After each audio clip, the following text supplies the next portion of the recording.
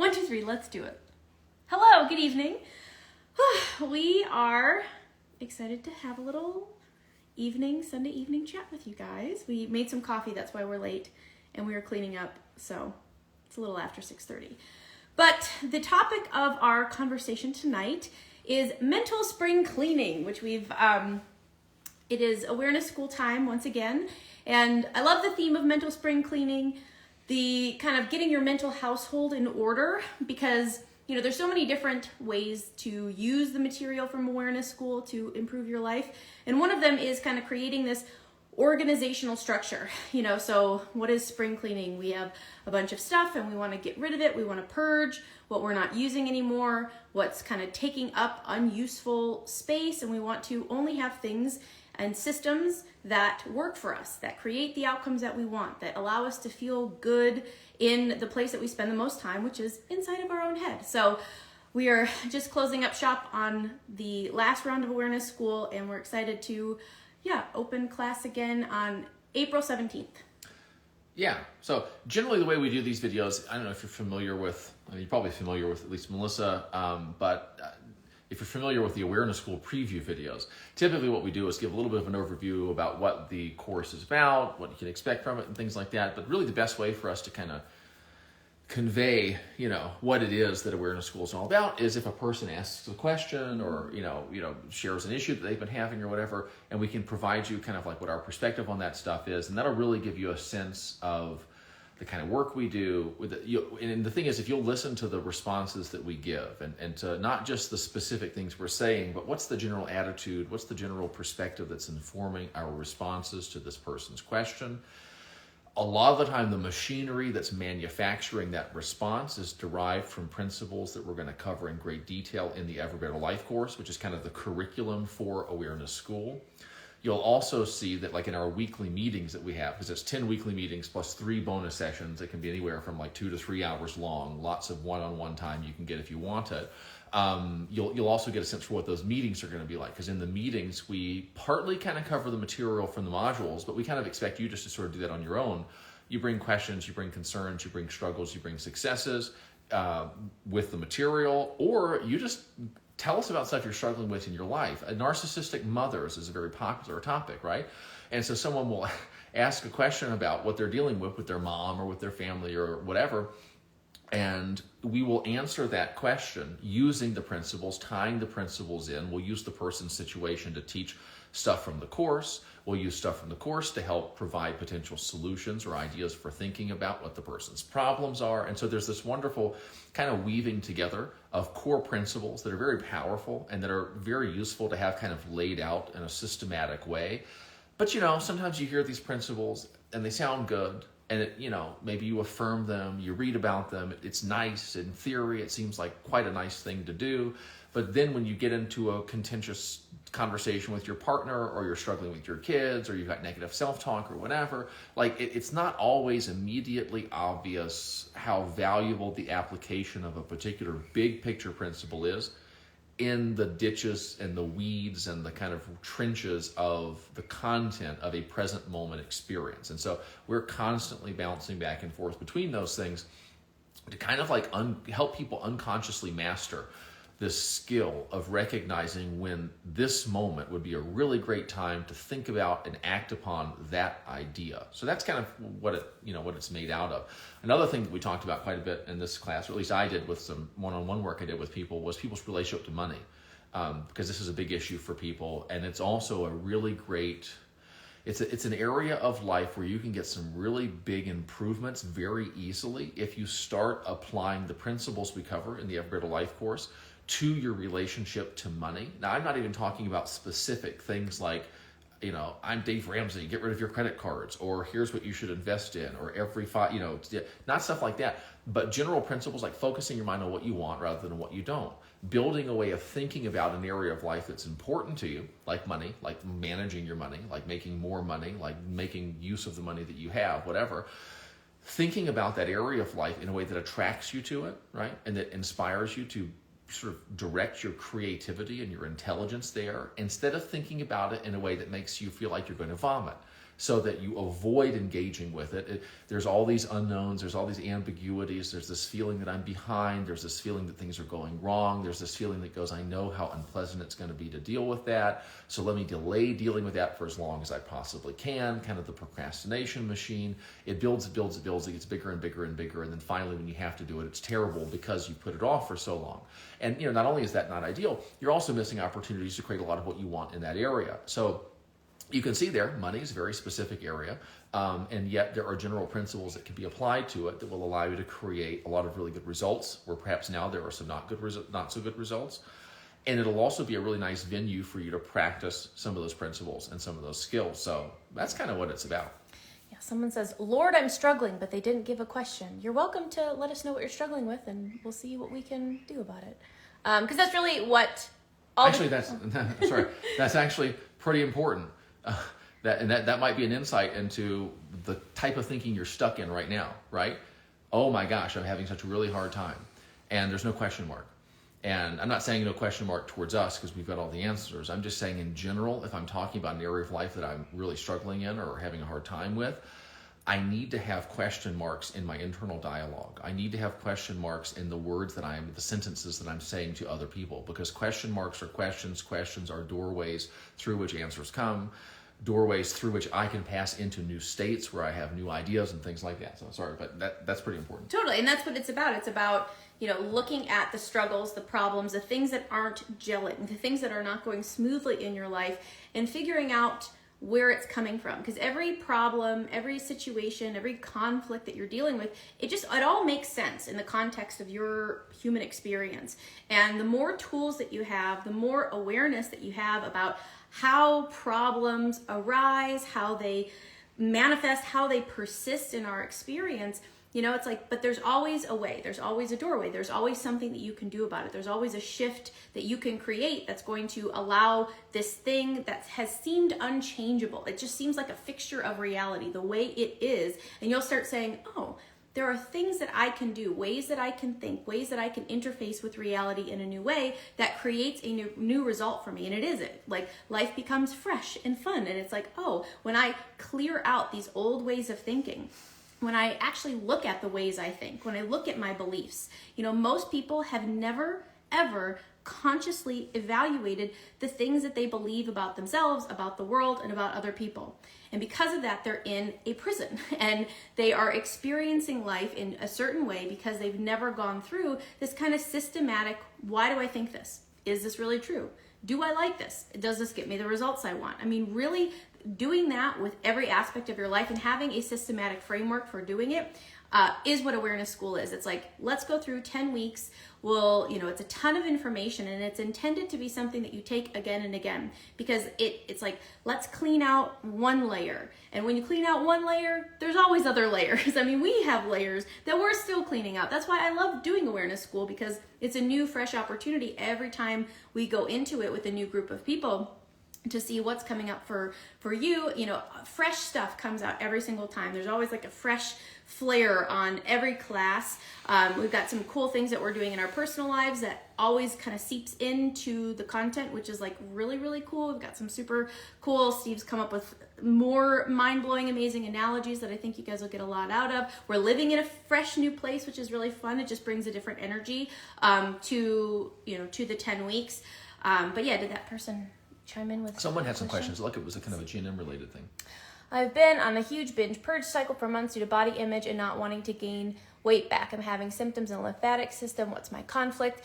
So, with binging, we're looking at, blood sugar issues. So that's resistance, conflict, or fear, disgust. So if you're having fluctuations in your blood sugar, you're binging on food when your blood sugar is low, body image. And so that's where we get into self-devaluation. Lymphatic system is also self-devaluation. And kind of the way that Awareness School ties into a person who's looking to use the framework of German New Medicine to understand their health. You have to understand, how do I have a conflict? Where does my conflict come from? What is the inner framework for how I persist in self-devaluation? Something happened to me, I was caught off guard, I had a shock, I was rejected, someone, made fun of me, and that impacted my self-concept, my self-image, how I see myself. And now my mind continually goes back to thoughts of, I'm not good enough, I'm broken, I don't look like I should look, I need to look different. And the mind is just so fixated on that. There are ways to unfixate by using tools of awareness to unravel this kind of mire that you're in mentally. And, with tracks, there's just all sorts of reminders everywhere you look that you're not good enough. And that's why things like social media and looking in the mirror constantly and kind of being obsessed with your image, there are things that you can do to become more aware of how these things are playing a role in your experience. And by using tools, you can unravel those experiences. You can see, it makes sense that I'm binging. It makes sense that I'm purging. It makes sense that, there's a part of my mind that is devaluing myself and that there's a tape playing in my head that says I'm ugly or I need to lose weight or whatever. And then you start having choices, because there's, this master pattern that we go over in awareness school, which is awareness, responsibility, conscious choice. You need to start becoming aware of how these things are happening inside of you so that you can take personal responsibility for them. And then this whole world of choices appears before you. And you start to have this conscious agency where you're like, I could do that, or I could do this. I could think that, or I could think this. Right now, it's like you're in prison. You only have one track, one way of viewing the world. And it's not because there's only one way of viewing the world, because you see other people out there who, maybe aren't even as attractive as you are and seem to have way more confidence. You're like, what's the deal with that? It's about how they operate their mind. And you can learn how to operate your mind in the way that other people operate their minds and achieve and create the kind of results you see other people creating simply by learning new ways of thinking. Mm-hmm. Do I know what that is? Is that a question? Actually, yes. I think people nifty. can. One of the things that was interesting was what did you say? Something to the effect that social media reminds you that you're not good enough or something like that. And I thought, I like that. And another way of thinking about that might be, and it's not incompatible. It's just kind of an elaborated. Social media reminds us that we believe that we're not good enough, right? Not that we aren't. It reminds us about things that we already believe about ourselves and goes, oh shit, that's right, I'm too fat. Oh shit, that's right, I don't look the way I'm supposed to. I'm not muscular enough. I'm not lean enough. I'm not this, I'm not that, I'm not whatever. And so you can actually, when those little buttons aren't in you anymore, when those beliefs aren't in you anymore, you can encounter the finger of social media poking, right? But there's no button to be pushed. And so then it's not a problem. Then it's not activated for you. I mean, should you probably be off of social media? Probably, wouldn't hurt, But it's really nice to be able to encounter, triggering things, or encounter the cosmetic industry, or encounter some emaciated model or something, and be able to just see that and have it not hook into something that's kind of raw in you, that creates an emotional spiral, a mental spiral that eventually turns into a behavioral spiral that eventually sort of creates results that, it's very rough on your body, binging and purging. It's very exhausting. It really feeds into beliefs that you have about yourself. I mean, when you look back at that cycle of behavior, it's a tremendous invitation to come to conclusions about yourself, like what's wrong with me. And I'm not saying you conclude that what's wrong with you is. The statement, what's wrong with me? There's an exclamation point at the end of that, not a question mark, right? And so what's wrong with me is a conclusion. What's wrong with me? It's a conclusion. There must be something really wrong with me, So it creates all kinds of problems like that. And a big part of, how awareness school would apply to this situation would be getting enough distance between what's happening right now to see how what's happening right now is just an example of the way things can go. It's an example of the way you can think, feel, and behave, and the results that you're capable of creating. Not the results that you have to create, not the only results that you're capable of creating, not the only results that you deserve to create, not the results that are kind of a reflection of who you really are or who you have the capability of becoming. So you begin to change the meaning that that you may be unconsciously, the meaning that your current situation seems to just have. Because the reality is that we're supplying meaning. Any meaning that exists in our lives, we're giving that meaning. But in the beginning, when the meaning assignment is going on unconsciously, it seems like the fact I have this problem means certain things about me. It means certain things about who I am, what I'm capable of, what my history, or what my future is likely to be like, things like that. Awareness makes it so that you can start to see the process of meaning assignment. And you say, wow, I've been assuming that the fact that I have this problem means this about me. And when I assume that the fact I have this problem means this about me, that makes me feel ways that make it more likely for me to amplify those problematic behaviors, those internal dialogues that aren't really useful and things like that. Something you said too about, what did you say? You said resistance, conflict, and you said self-evaluation. Now, for me, resistance is not, when G&M says a resistance conflict, it's not a G&M specific thing. It's resistance is a thing that happens. And outside of G&M, there's a concept called resistance, emotional resistance. I'm resisting this thing happening, that thing happening, the other thing happening. And there's an overlap between the concept of the resistance conflict, the G&M thing, and what just your ordinary layperson thinks of as resistance, right? And so one of the biggest things that we talk about in Awareness School is learning how to stop being so emotionally resistant to what you do not want. Because resistance is energetic entanglement. Resistance of a thing is engagement with that thing. It is an intimate connection with that thing. But it's very challenging, especially in the beginning. Especially when it's very challenging sometimes to take the right road, which is the resourceful road, which is non-resistance, even when you know that road exists. But when you're not really familiar with that road, you don't even know that road's there. You don't even get the privilege and the challenge of trying to choose the resourceful road because you don't even know it's there. And so non-resistance is one of the things that we really practice.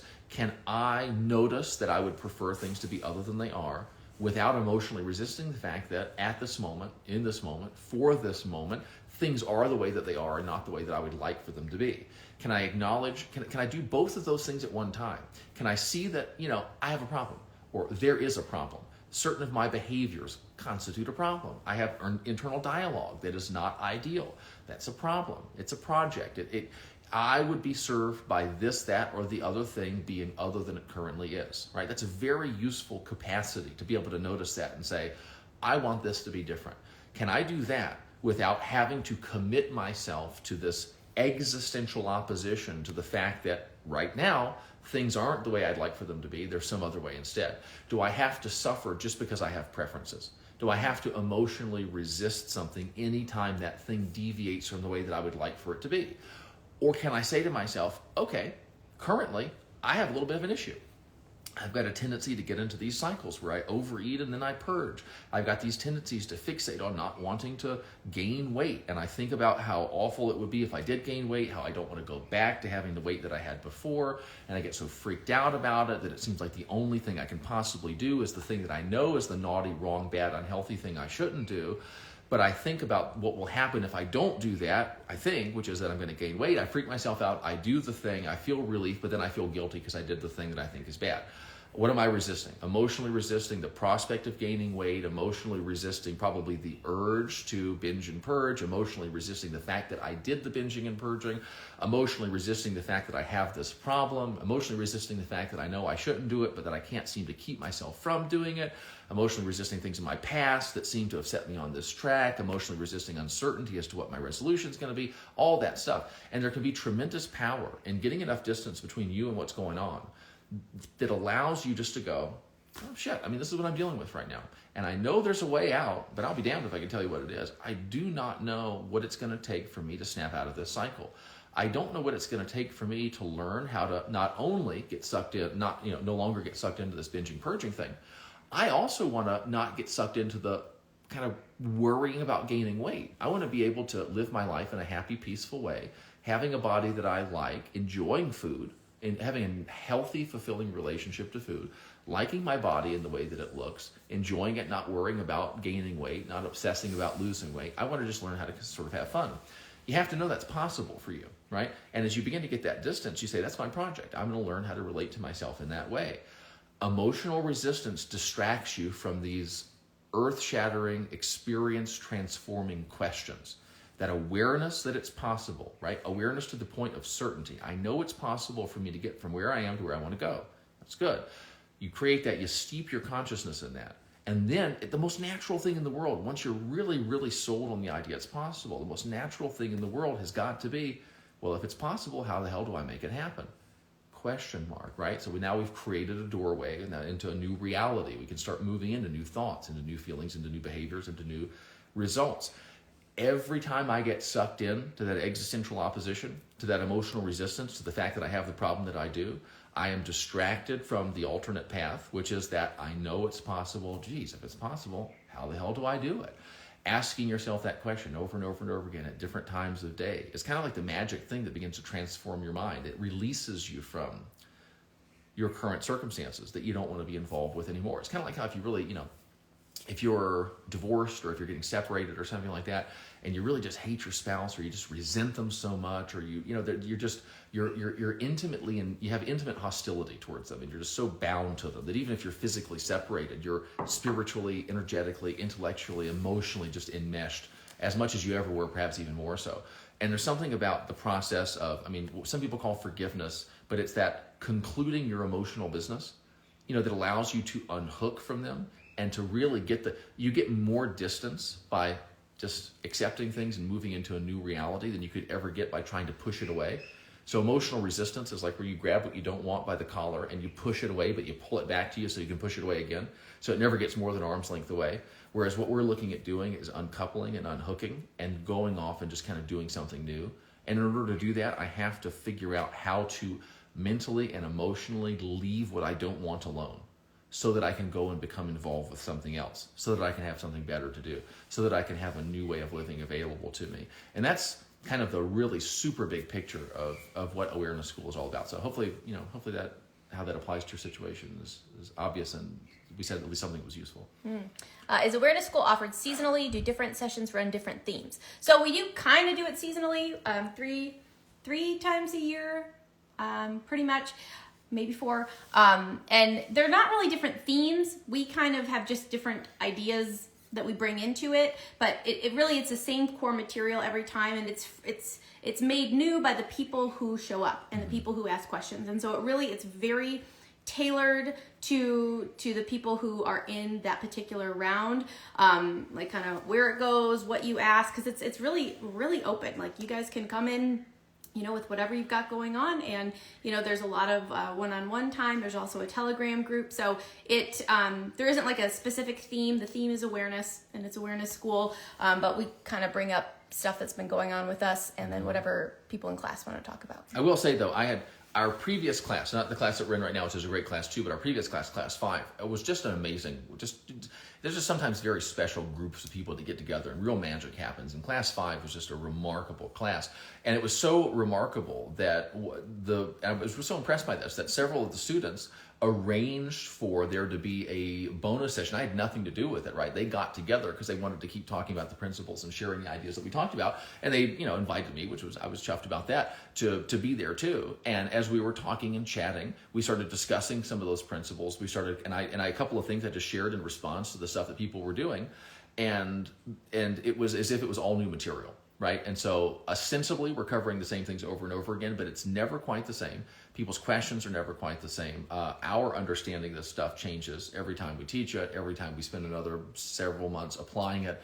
My personal experience has been these are ideas that you can never talk about in the same way twice, because they are so living, because they are so breathing, because when you interact with them, your understanding of them deepens. Also, you don't just attain understanding that was already there. You actually build and create understanding through your own experimenting with it. So themes do emerge, but there's not like a formal thing where we have a theme from one session to the next or from one class to the next. Yeah. How do you change constantly focusing on one's health and sabotage mentality? Well, you have to become aware of how it's operating in your experience, So so many people that I encounter have been obsessed with their health for years, and but the way that they're focused on it, they're focused on what they don't want. And so you have to look at the role it's playing in your life, why this and not that. Often it's not having anything better and well-defined in your mind to focus on that creates, your mind continually going back to problem thinking, and then you're not aware of the way in which the problem thinking manifests and generates and continues the problem. And so that's why we have to, it's this bird's eye view. So there's so many aspects to the content in Awareness School. We've got really zoomed in, deep level stuff, and then zoomed out, which will allow you to get this perspective on you, on your stuff, on why your stuff is your stuff, and why you haven't been able to move beyond certain things, or why as far as sabotage mentality, Module 4 is all about behavior, and we talk about the bad behavior cycle. So and that's the thing is, like, when you understand how something works, when you understand how sabotage occurs, and you can say, oh, I'm at stage 5 of about to go back into a bad behavior, you have to watch yourself do it. And it's excruciating. It really is, because we're so good at going unconscious, at blacking out and just doing what we've always done.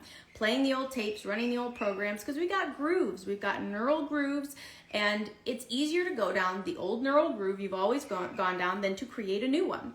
And so this is like a lot of new input and a lot of making the new path much easier, because you simply have a great framework for doing it. It's a lot of principles, and that's the thing is, sometimes we describe awareness school like a personal growth prerequisite, because a lot of stuff out there, is pretty good, pretty helpful, but often we find we're not able to use it in the moments when it matters.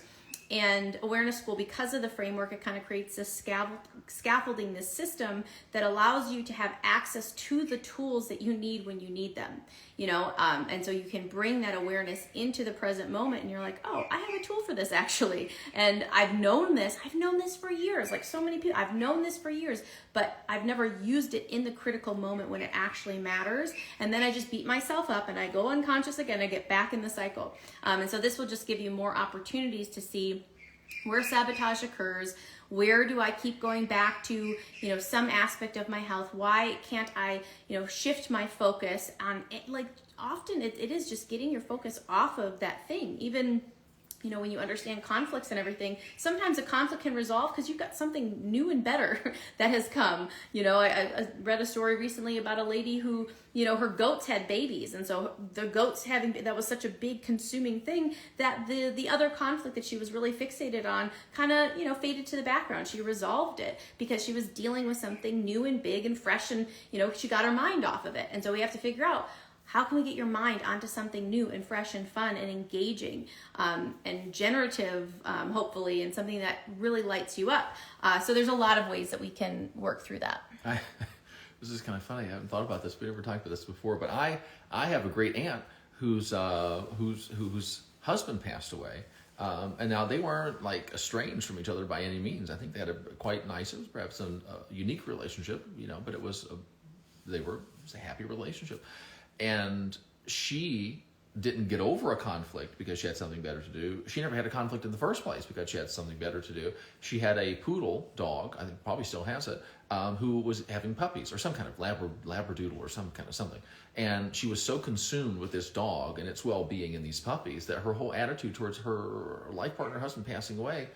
I have an interesting family, but in addition to that, this is just kind of one example of how this can happen. Her whole thing was, I don't have time for this. I can't worry about this right now. I have to take care of this, pregnant dog. And, what an absolute life preserver it was for her. How fortunate in that moment. I mean, you might judge her and say, or I might think, well, that's a little peculiar or whatever. But and if you've lost a spouse or something like that, it's like, if you can find a way to wiggle yourself into a state of mind that allows you to kind of at least ride on top of the wave of grieving or whatever, rather than being completely subsumed by it, that's, pretty interesting thing. Whatever works, I think that's the idea.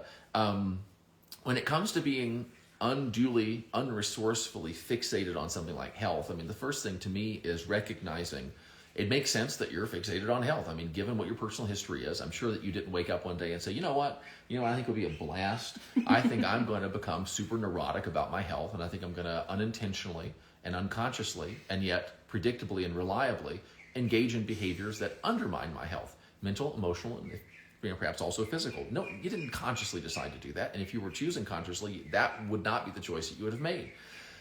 All of what I just said right there, kind of preamble, that's my big case for you undertaking the project of learning how to let it be emotionally okay that at this time you have these tendencies.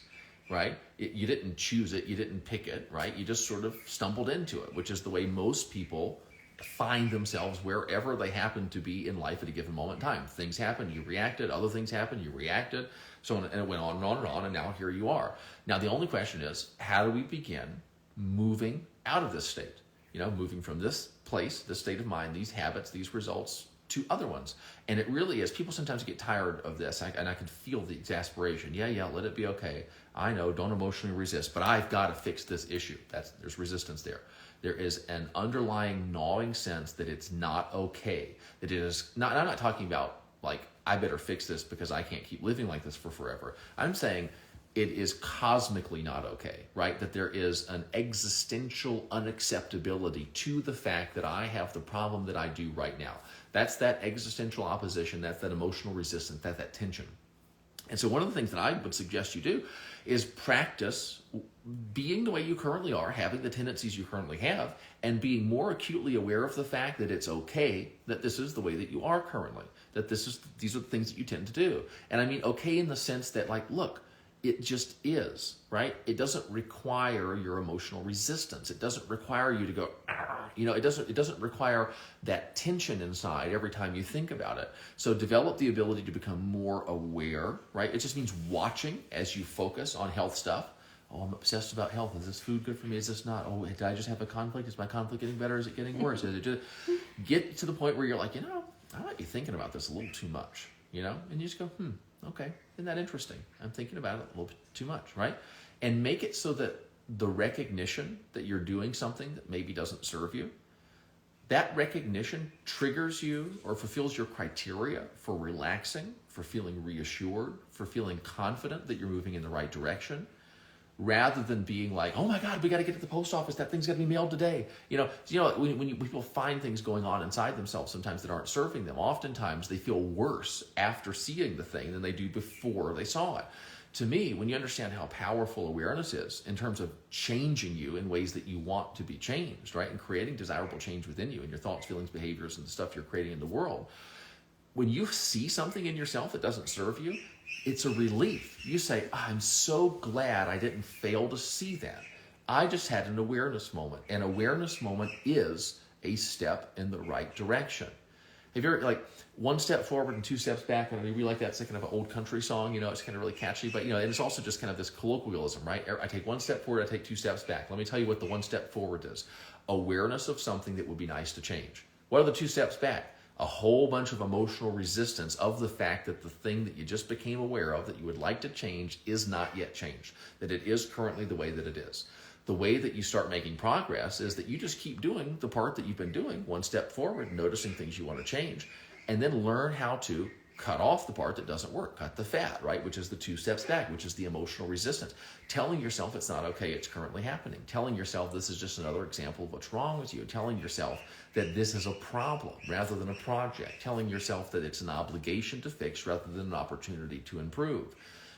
Just watch as you go throughout your day and see how many obligations, see how much deficit thinking there is, see how many times you conclude, oh God, it's worse than I thought. Oh no, there's that, and I got to take care of that. And then you don't write it down or anything like that. You just say, oh God, I've got to take care of that. And you feel anxious, and you look around and you go, oh God, I've got to take care of that. And it's just little anxieties pulling you hither and thither, right? Rather than you just sitting there going, oh, that's something I want to change. Let me write that down so I can be sure to remember to look forward to changing it in the ways that I want to. Practice the realization, maybe this is fine, right? I have an unproductive fixation on my health. Maybe that's okay. And I don't mean in perpetuity. I don't mean that you just keep doing it and don't do anything to change it. I just mean until you learn how to recognize things that you would like to change or things that would be healthy and resourceful to change without internally freaking out, right? Without your internal experiential emotional tension increasing, those awareness moments should burst off in excitement, and then they should lead to a depth of relaxation. If it's just winding you tighter and tighter and tighter, we want to learn how to create a different emotional response to that recognition before we bother trying to figure out any kind of practical solutions to changing it. So the way to solve a problem, get better at having that problem, which means get better at realizing you have permission to have that problem. It's okay to have that problem. It's an opportunity to improve it. You do not have to emotionally resist it and inflict suffering on yourself in order to have it get better. I think that's one of those things for a lot of people. If I'm not emotionally resisting what I think is wrong with me, what I think is wrong with me is never going to get better. That idea right there is what is wrong with you. Bingo. And it is leading you down paths that no person in the world, no matter how smart or intelligent or disciplined or diligent or determined or worthy or anything, nobody can go down the path that doesn't work and have it work for them in the ways that they want to. It's a con, it's a scam, it's a trick, it's the reason that your efforts thus far in life probably haven't yielded more than they have, right? It's because I took a wrong step early in my journey, and then I trekked and I hauled and I worked and I climbed and I travailed and I just went on and on and on. But I took one wrong step in the very beginning of my attempt to solve this problem, which was it's all down the path of emotional resistance. I started with the idea that there's something wrong with me, and that idea contaminated everything that I did moving forward from there. And so it's like a little misstep that over time just goes like this and like this and like this. So you learn how to be better at having the problem, which makes it possible for you to solve it. Makes it possible for you to access the solutions that exist for you, that are attainable by you. So yeah, that's pretty relevant because there was a thing that I heard about from someone on the internet. And it was basically someone asking someone who doesn't know anything about GNM about conflicts, and that person kind of throwing out all of GNM because people get really obsessed with conflicts, and then conflicts become the new thing that they're obsessed with. And I guess that person perceives that as now conflicts are everything. Toxins are everything, and food is everything, and this is everything. And now, but that's the thing is, the model, the framework of GNM is accurate. It's just what people do when they find out about conflicts is very unresourceful. They do all of the stuff that you're just talking about. They obsess about it. They create, then they're obsessed and worried that they're having conflicts all the time. And then that becomes a conflict. And so that's why I think that this work that we do in the realm of awareness school, a lot of people are asking a lot of questions about specific health things. That's not what this video is for, and that's not what awareness school is about. Awareness school is about seeing the role that conflict and stuff plays in your experience from a vantage point where you can actually do something about it. Most people are so stuck down in their stuff and their problems, and they don't even see where it's coming from. And so this is about getting perspective so you can see, okay, I am doing, I didn't know I had no idea. Most people have no idea how stuff happens. And I say this from personal experience. I had no idea how my mind was functioning, how I was creating problems, how I was creating drama, how I was devaluing myself, how I was worrying constantly about everything all of the time, how I, was projecting and creating all of this chaos. And, and I just felt like that's just the way life is. That's just the way I am because of my trauma. I can't be any different. That was my experience. And so that I undertook the journey of coming up for air, of figuring out, okay, why do I keep having this problem? I know in theory it's possible for me to not have this experience. I want to know in reality how I can actually change it. And it's kind of an excruciating process of waking up to what's going on in here all day. And so that's why, awareness school is not the only way to develop this skill, but I think it's a really streamlined and helpful way if you're like, I want to do something about this. I want to see how this keeps happening, how I've learned about, something like GNM, and now I'm just obsessed about conflicts all the time. It's like, that's a pattern. We need pattern recognition. We need to notice our patterns, that I tend to have this attitude towards the stuff that I undertake, and I feel like, I'm never going to figure it out. If you keep telling yourself, that's a pattern. You have to become aware of that pattern, how it's operating in your experience, and then realize there are other ways to interface with that bit of reality. And then as you learn that, you're like, oh, there's another way I can do this. This isn't the only way. And you follow this wonderful sense of, peace and understanding and clarity. And then you're like, I'm actually creating forward motion towards what I want instead of continually going back, down this path I've gone down a million times and haven't gotten the results that I want. So that's a little... Yeah, and that's a common thing, I think, and I mean, I've seen that, right? A lot of people get into GNM and what do?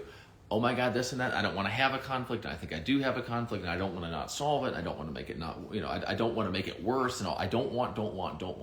And a common thing that happens, and this isn't just in the health world, is that information will be blamed for the consequences of an individual's unskilled relationship to information in general. Right?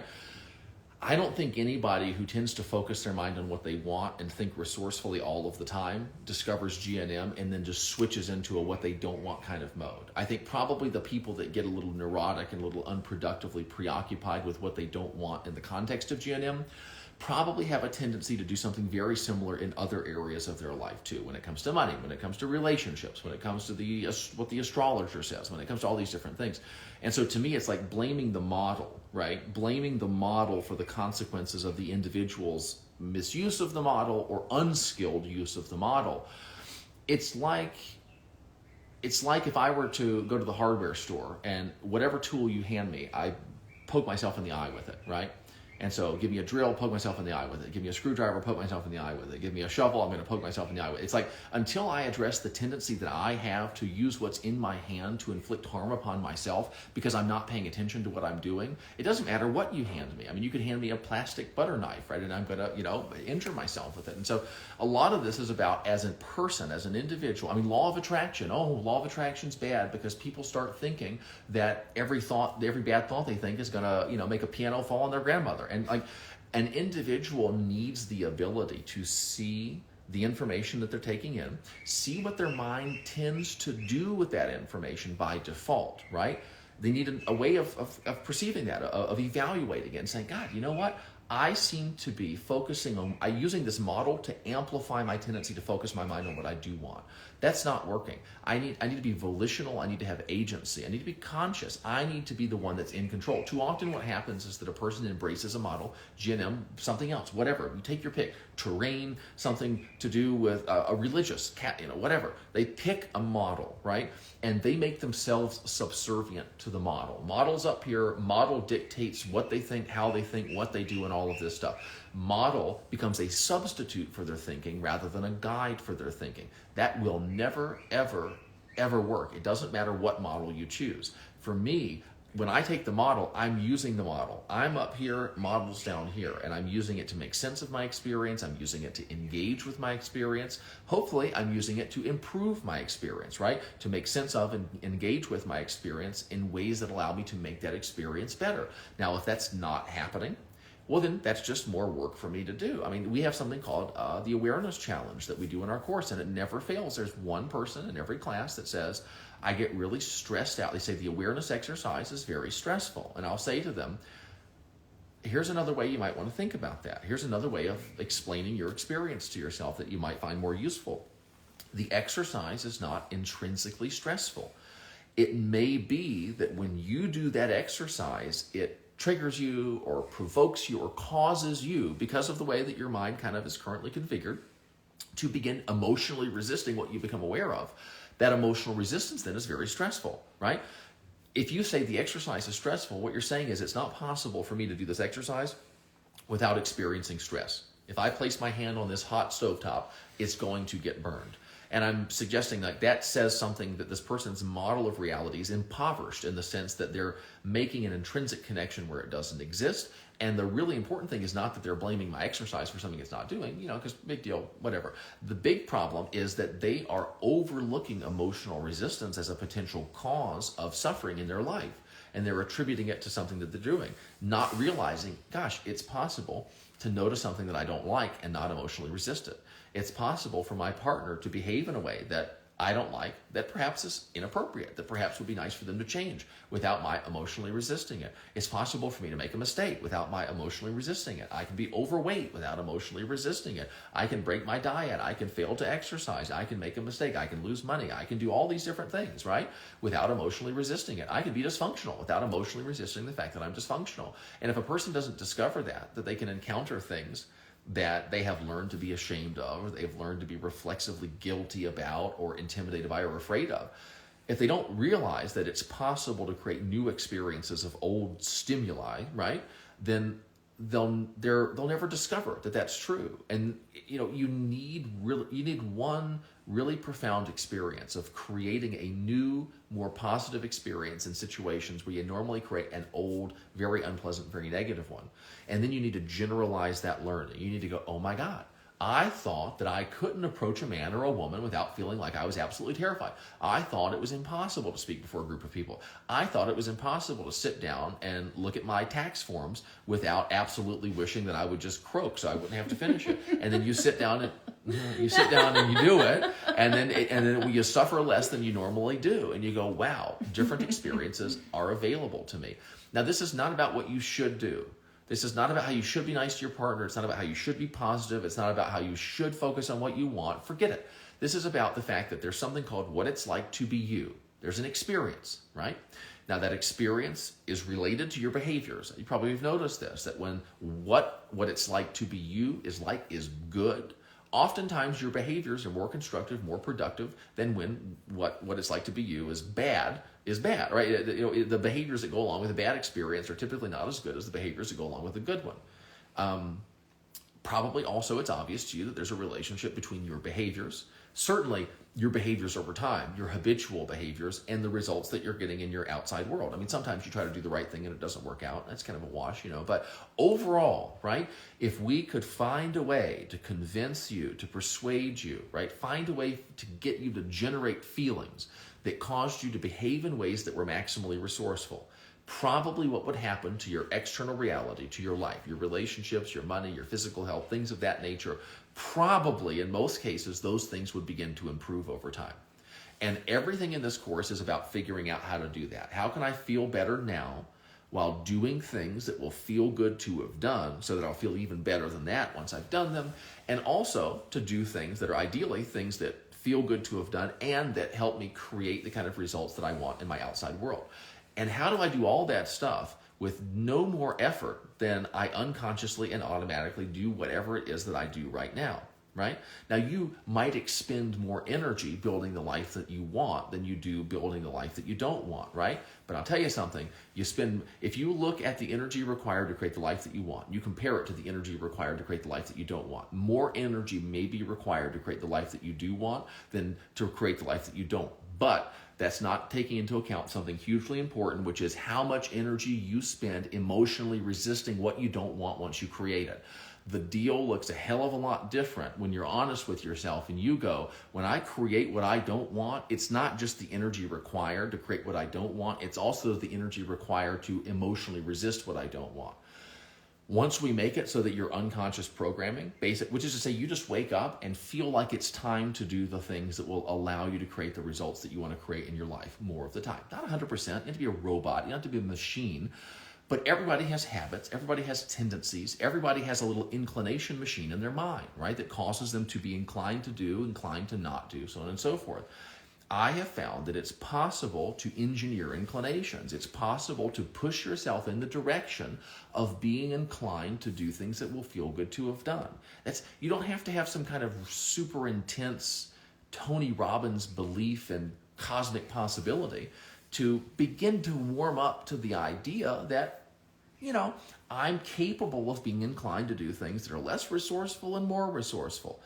And, maybe it's possible to sort of think my way and behave my way in the direction of being more inclined to do things that are more resourceful more of the time. And once I get so that is my new autopilot, well, once I've pushed to here, I can rest, I can regroup, I can kind of lay some, make some more plans, and then I can push again. And I can establish a new baseline for myself, right? So that I'm making effort to change what my baseline is. But once I'm at a new baseline, there's no effort required to be there. That's just my baseline. And then I regroup and recalibrate and say, okay, I've consolidated this level of performance, this level of mental, emotional, behavioral, whatever. Now what I'm going to do is push a little bit further than that. That's really what this stuff is all about. I spent the whole day Friday emotionally resisting, trying to practice awareness, and Saturday my whole body was so tight. Very interesting and eye-opening. When I personally emotionally resist, I notice tightness in my physical body. Me too. I'm very kinesthetic. I'm a very physical person. And what's interesting for me is that if mental focusing on what I do not want or emotional resistance causes my body to tighten up, one thing I have found personally, moving my body, exercising my body, stretching my body, right, releasing tension from my body and whatever, it's all different kind of ideas about, how to do that, right? But for me, that's the things that work. It dissipates the emotional resistance that I have inside, and it kind of puts me on a different track of thinking. We literally came out of Costco today. So we're kind of fun. Came out of Costco today, and there's this place where you return the carts, and it's kind of really robust metallic little cage that you put the carts in, and it's like got a row here and a row here and a row here. It's like 3 things high so that the carts don't come out. And I saw it and I said, God, what would feel good if I climb up on that and put my feet on one and my hands on the other, and I kind of let myself pike down, like go down like this, right? So that I'm really stretching the whole backside of my body. And I jumped on that thing and did about 2 little stretches, and I got down and I said, oh my God, life is so wonderful. I enjoyed you more. I enjoyed our ride more. I enjoyed the day. I was like, oh, I had no idea, right? And that for me was an intervention that really, I think, pulled the plug on a little resistance that I had, or it was physical tightness associated with emotional resistance from previous days, And so if thinking tightens your body, right, stretching probably, your body might loosen your thinking. Now, one of the things I have found to be extremely useful, right, when I find relief is a lever that I can use to affect change in the thinking or whatever that caused me to need relief in the first place. If I'm in a crappy mood because I've been thinking negatively all day long, and I go for a run and I feel better, right? It can be very easy to sink into the just sensational relief of that run having dissipated that negative energy or that tension, that whatever. I try not to do that. I try to get myself into a really good state, and then I try to think correctly. Let me think resourcefully. I'm in a crappy mood. I can't focus on what I want. Let me go for a run. Oh, I went for a run. Life's so great. I don't really need to think about my thinking anymore. I'm just going to enjoy. I'm just going to ride the wave of this good feeling from running. What I like to do is I like to revisit. I like to think again, right? I like to go correct my mind with a little physical exercise and then deliberately revisit that topic and think about it as someone who has just gone for a run, as someone who's just stretched, taken a cold shower, whatever it is you're into. And that could be very cool. So we love practical stuff like that. There's two interesting questions here about pets. Do our pets follow the same biological conflicts as us, with our mental capacity and perceptions being different? And then someone asked, if awareness allows us to unravel patterns and tracks, how would I help my dog move beyond an undigestible morsel conflict? Well, that's, like with animals, it's often very practical. That, yes, can our pets pick up on stuff that we're dealing with? Yes, but often it's something very literal, very physical, very much like, I want this food morsel and I don't have it, or will you change my diet? That funny meme about, dogs hundreds of years ago eating whatever, and then oh, you changed my food, now I have diarrhea. So I would look for something, and this is with all conflicts, look for the most practical, obvious change, literal thing that happened. The conflicts are primal, they're biologically programmed in. And so if you normally eat something and then that thing is gone and you are having an indigestible morsel conflict, how can you facilitate having that food again? So look for practical first. This is that step beyond. So it's the looking at consciousness itself and how we are creating our experience of reality. This, if you need a practical change, if you need to practically leave somewhere, move somewhere, get something you didn't have before, you need to address those physical, practical things. Mm-hmm. And then moving beyond that, it's okay, well, I can't not have my child see his father because we're divorced, but custody and legal stuff. It's okay, well, now since you can't practically not have that situation go on anymore, you have to change the way that you are engaging with it. And so that's where the perception shift, the consciousness shift, the changing your attitude comes in. So yes. That's one of those things. Sometimes people that are into mindset stuff, one of the things they do is they start saying, I hate my husband and I want to be by myself. Well, if I just focus my mind on what I want, I should be able to change the situation. It's sometimes you just need to get a divorce. Sometimes you just need to do the physical thing. If I'm all grimy and nasty because I've been outside chainsawing wood or driving in the car for a long time, I feel greasy after I've been in a car for a really long time for whatever reason, right? I just want to take a shower. I can sit on the couch and meditate in a way to, or I could just go take a shower. And there is one of these things, how can I develop the ability to operate my mind in a very sophisticated way in order to help me navigate difficult life circumstances that's a weird way to pronounce that, I don't know why that happened, but without becoming, spiritually stupid, right? So that I'm so high-minded about things that I'm not willing to just use the plunger. I'm not willing to just go rinse off. I'm not willing to just, what I need to do? Could I do a whole bunch of stuff to change my body image? Should I, and all this different stuff? Yeah, but sometimes what I need to do is I just need to get in shape, right? Now that does not apply to everyone, and I'm sure there are some people here to whom it doesn't apply, and you need to do some work on your self-image and how you see yourself, and you need to, you're using your body as an excuse to feel bad feelings about yourself that you would find a way to feel regardless of what you looked like. And if that's what you're doing, you need to be honest with yourself that that's what you're doing, and awareness is the ability to be honest with yourself in that way. It's the ability to recognize and disown in a productive capacity your bullshit. And I mean disown not by denying or pushing down or resisting it, but by saying, I see what's happening through me. I see what's happening in me. I don't want to have any part of that. I certainly don't want to resist it, because there's nothing more intimate than emotional resistance. That's what I need to quit doing. So that's one of the big things about this work, is that it's about developing the ability to be real and honest with yourself, right? I am capable of, creating complex solutions when life calls for it, but I also have permission to embrace humble, easy, simple solutions that are materialistic in nature when that's the thing to do. Sometimes you need to move. Sometimes you just need, the house is on fire. Can I sit here and just, overcome my fear of death? Well, that might be a lovely thing to do. Might also be nice to just gather your family and pets and get the F out of the house because it's on fire. And that's it's a silly example, but we see a lot of people doing stuff like that. And well, maybe I could talk myself into liking this job. Yeah, why don't you just go get another job? Use all this creativity to be emotionally okay. And that's that thing, is I don't want to emotionally resist. People have a hard time encountering ideas that might be useful, right, without feeling as though they have to make themselves subservient to that idea, right? So there's an idea that says you can use your mind to change your experience of a situation.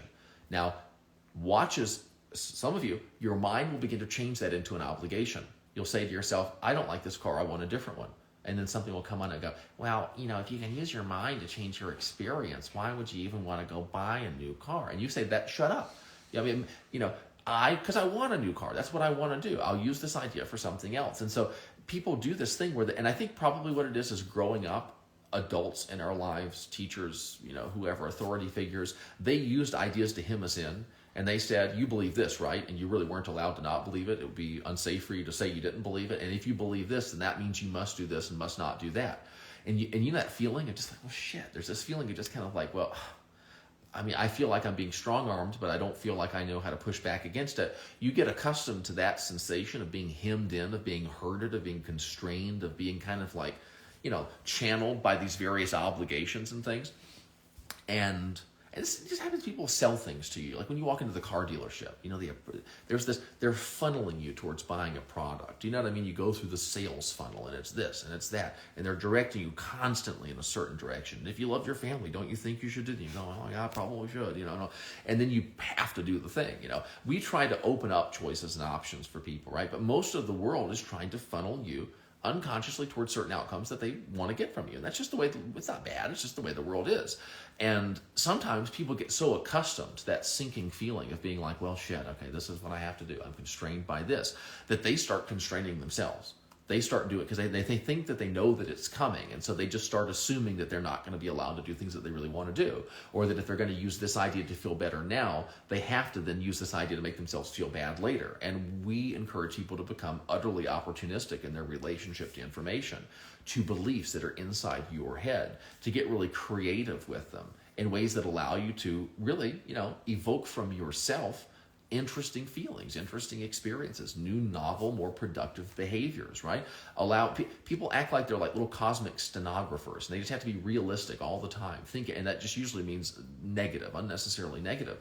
And one of the things that we encourage people to do is to experiment with taking a little creative license in how they operate their mind and how they perceive situations. Not like, you have to be constantly pie in the sky no matter what, but, try to be a little less negative and see what happens. Oh, you felt better? Great. Try it some more. You know what I mean? And then, well, I'm afraid people will take advantage of me if I'm not cynical. It's like, okay, well, let's see if we can be smart and feel good at the same time. People do this. This is a thing. When I feel good, I act stupid. When I feel bad, I'm smart. And it's like, okay, what if we could figure out how to take feeling good and combine that with your intelligence and your creativity and your productivity and your proactivity so that you're feeling good while behaving in ways that results that also then invite you to feel good again. You can do that, but you have to be willing to kind of buck the default settings and create combinations of internal activity that, maybe you've never been taught how to do before. Yes. Awesome. Well, let's wrap it here. I think it's been about an hour. And the thing is we can just keep going. And this is what awareness school is it's just question after question, what's going on. And these are the tools. These are, so you got kind of like a snapshot of what the tools are like of unraveling problems, creating more choices, helping you to feel good about where you are, make sense out of releasing emotional resistance, chilling the F out, so that you can like access your creativity, access the limitless resources that are available to you. Every single person has access to these resources, and this is just a few ways of turning on the lights, plugging some things in, and seeing all that's available to you. And when the lights are on, everything's plugged in, you're like, oh, I'm gonna get rid of that. Whoa, I didn't realize that was still in here. That's not working. I keep tripping over that thing. And that's like the whole mental spring cleaning aspect. It's like you're stumbling around in the dark in your mind, and you keep tripping over things, you keep tangling yourself up and stuff, and it doesn't feel good. And this is just about turning the lights on. And then when the lights are on, it just makes so much sense. It's like, oh, no wonder I'm having this. It's like you will see with such like compassion and honesty, like, whoa, no wonder my relationship is a mess. I keep creating problems because I go unconscious and I do this thing that I saw my mother do, and it's like, and it keeps happening, and I get on this ride, and I don't want to be on it, but I didn't know that I had a choice. And it's like, oh, wow, lights on. I have a choice. I'm seeing things earlier in the process, and I still screw up and I still get on the ride, but I wake up sooner. I wake up sooner, and I don't let myself, feel as bad as I normally do after it happens, because I'm building my awareness. And so it's a toolbox, it's a framework, it's a philosophy, it's a mental structure.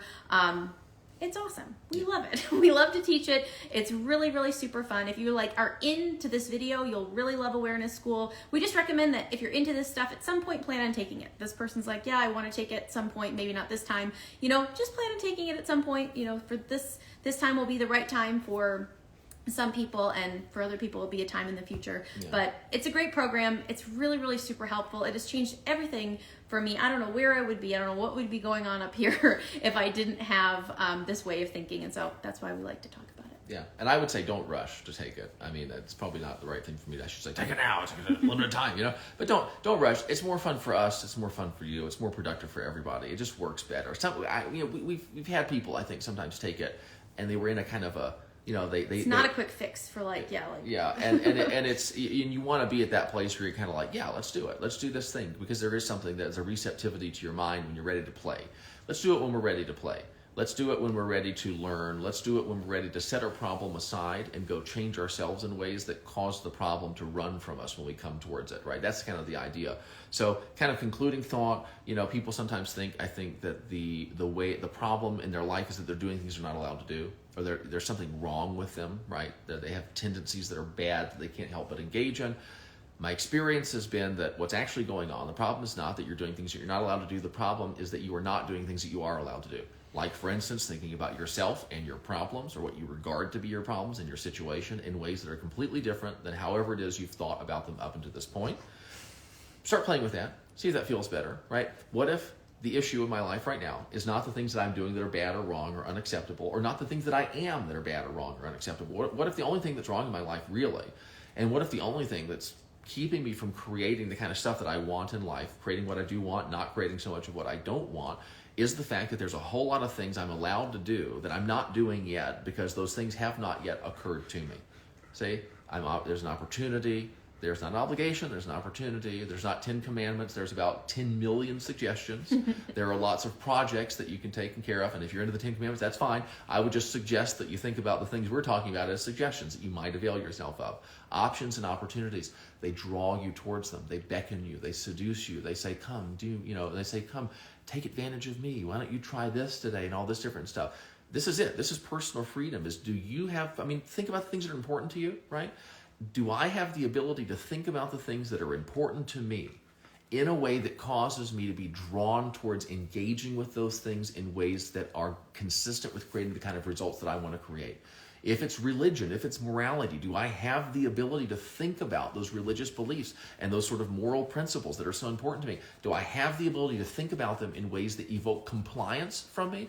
Or do I, at this point, am I obliged to think about those things in ways that create a desire to rebel and then generate all sorts of guilt? That's silly. Either drop the commitments or find a way to think about those commitments that allows you to have an enriching experience where you comply with them most of the time and feel really great about yourself, right? Getting very creative about how you think about whatever you think about, including those things that you think are objectively true. That's immense freedom. Nobody is capable of achieving their potential in life without that level of freedom. So if you don't have that freedom and you haven't created what you wanted up to this point, who cares? Who cares? It's no wonder. You're nowhere near your capability if you're not operating with this level of consciousness and with this level of freedom. So you don't want to look at what you have and haven't done up until this point and think that that is a commentary on what you're capable of, because it's just not. Yes. Okay, to close, Awareness School starts on April 17th. It's a Monday. Class will be on Monday evenings. There's a couple of Thursdays thrown in there. We're doing early bird enrollment now until the 31st. We'll go live again a couple other times. If you have questions, you can send them to us, and we are complete. Yes, thank you. Have a good night. Bye.